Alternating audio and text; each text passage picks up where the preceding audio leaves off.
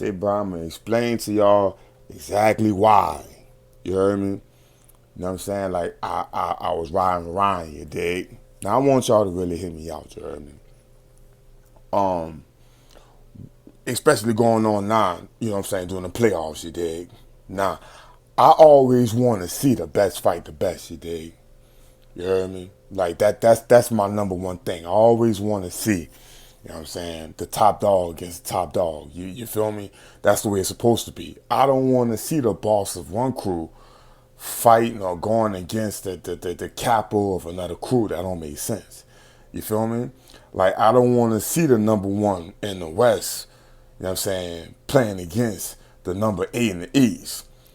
But the thing that makes boxing so frustrating, bro, is that the ones that's at the number one, they get to dictate and determine who's in the starting lineup at the 8. That don't make no sense, bro. So you mean to tell me that in order for us to play this game, right, in order for you to get a shot at the ring, you can't play your starters for the first 2 quarters? Huh? No. I need my starting lineup to be able to match up against your best. That's going to make this thing entertainment so we can see who really the best. That just makes sense.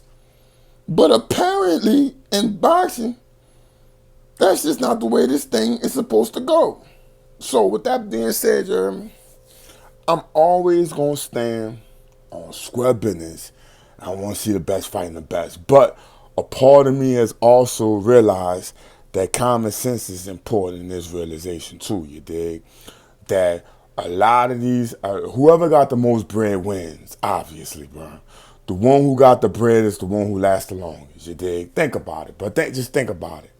I had a lot of time last night to really reflect on this thing. The one who made the most bread lasts the longest, you dig? Because you look at Ali, Ali made all the bread in the 70s. You dig? Ali made way more bread than Frazier did, and Ali is the one who gone down in the annals of history. Yeah, Frazier, he a legend, and we respect Frazier, but more people talk about Ali than any other one. You dig? You go to the 80s, you got Sugar Ray Leonard. Now, Sugar Ray Leonard was tail end 70s. He was collecting them belts. But Sugar Ray transitioned over into the 80s and the 90s. You know what I mean? But he the one who made the most bread. You feel me? And he transcended. You dig? You know what I'm saying? So, you know, out of the Fab Four, whoever, you dig, Duran and all them bars, you dig? Sugar Ray Leonard was the one who made the most bread. He was the most marketable one. The one who put the most butts in the seats was Sugar Ray Leonard. You heard me? And so with that being said, dog, it's all respect due to the one who go after the bread. The 90s, it was who? George Foreman. George Foreman came through and made all that bread. And he the one who got a motion picture about to come out. You feel me? So Gervonta in this day and age now, fast forwarding, he the one that's making all the bread. So it is what it is, though. You dig? I want to see, you know, but again, I learned from this. I'm learning. You feel me? Because honestly, I put my heart on my sleeves, son. You know what I'm saying? Because of the love I have for this sport, I'm like, son, I want to see this dude lose to somebody who of low of opposition. I'm always going to stand firm on that, you dig? Because I'm like, look, bro, look. You pity-patting around with these weak Mexicans, then you trying to make them weaker. I want to see him beat you, you dig? And I done figured out something, right? That there's a possibility that he could beat you too. It's because we all know, we can all see that if Ryan Garcia didn't quit, there was a large chance that he was going to wind up allowing that fight to go to a draw, or he was going to wind up getting a gift decision in that fight. We all saw it. That's why B-Hop and De La Hoya ain't show up to that press conference, because they already knew it too. They're like, bro, all you got to do is just stay on your feet. You think? And it's yours to win. You feel me? And I'm going to be honest with you, bro. That's what I wanted to see. But that's not how things turned out. You think? So if Gervonta Tank Davis is the new Mike Tyson, right? That's what we're calling him. We call him new Mike Tyson. I didn't see Mike Tyson in Tank last night, bro. I seen an exceptionally intelligent young man that was extremely calculative, extremely focused, extremely primed and ready for that moment, bro. And he was not going to take any shorts or losses. I respect that about that gangster, you heard me? The dude, he stood firm on square business. I respect that about Tank, bro, because there was a possibility that he could have lost, and he said, I'm not losing. I'm gonna do this thing my way. And that's exactly what he did. You got it, dog. You gotta respect that about the young gangster. You heard me? I respect Tank for what he did, son. I do. I do. Y'all gotta feel me, son. I do. But at the end of the day, son, my appetite is not gonna be satisfied until I see him lock horns with the best. Period. Now, to end this video, you dig? You know what I'm saying?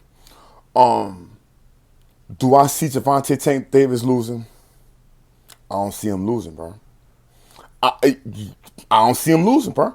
As long as he in that A-side position, dog, and he get to determine, you know what I'm saying, all of the nooks and crannies, the weights and all that stuff or whatever, bro.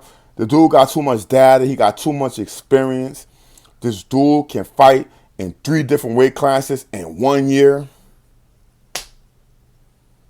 Come on, bro. You dig? Like, the dude a monster, bro. The only person that could defeat Gervonta Tank Davis right now is Tank. Because we know he's not going to fight Haney. We know he's not going to fight Shakur. We got to respect it. Now, I'm going to end the video like this, you heard me? Gervonta's perspective. We got to look at it from Tank's perspective. Because like I said, I'm learning. Tank like, look, I got my own lane. I done carved out my own lane. What I need to follow behind you for? You heard me? I'm different from Floyd. I'm different from Mike because I'm knocking everybody out. And on top of that, I got the skill set to match up against anybody from 130 to 140. You feel me? And get them out of there easy. And I could put butts in seats. And on top of that, I could get knockouts. And everybody who in the industry respected me and my gangster. Now, I'm looking at you over there with your belts and stuff like that. Yeah, that's cool. That's your thing. Stay in your undisputed lane. But you see the Gervonta Tank Davis lane? I own this. You heard me? I own this whole strip. You got your little strip in your land over there. You do your thing on. I set the laws on this land. You set the laws over there on your land. I set the taxes over here on this land. You set the taxes over there on that land. When you come over here to this thing, you gotta obey by my laws and my rules. I respect that gang. I respect Tank Gangster with that. You dig? That's what I learned. You dig? He don't need Haney. He don't need Shakur. He can stay in his own lane and do his thing, son. And you know, I respect that about him, dog, because I knew that defeating Garcia undefeated, no matter what the stipulations was. This is a tall, rangy fighter who's guided by 3 Hall of Famers. B-Hop, Goosen, and De La Hoya. You heard me? And the dude undefeated.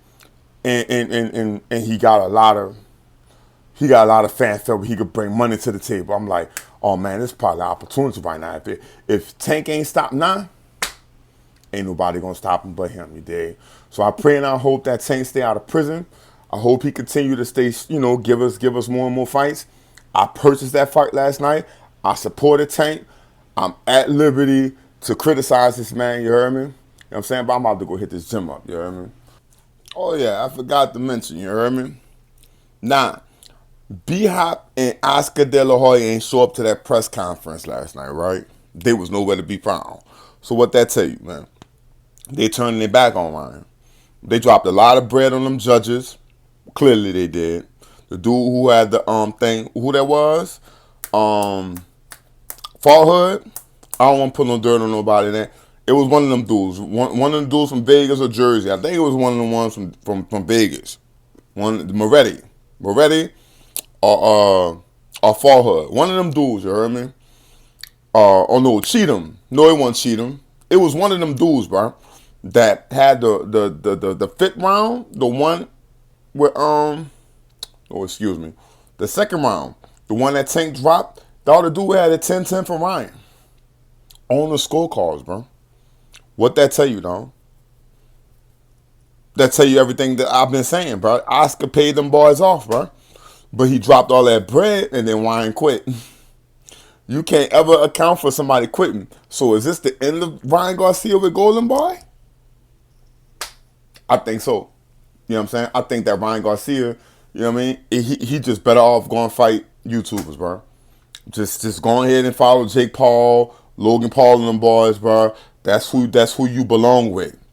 That's your lane, Ryan. Your lane is the YouTube lane. And KSI's, the Jake Pauls, you know, the future fights with Drake and all of them. Go ahead and take that lane, son. What you see in the real boxing realm, son, you a whole out here. But anybody who quits, son, once you get that snitch jacket, once you get that rat jacket on you, bro, it's game over, dog.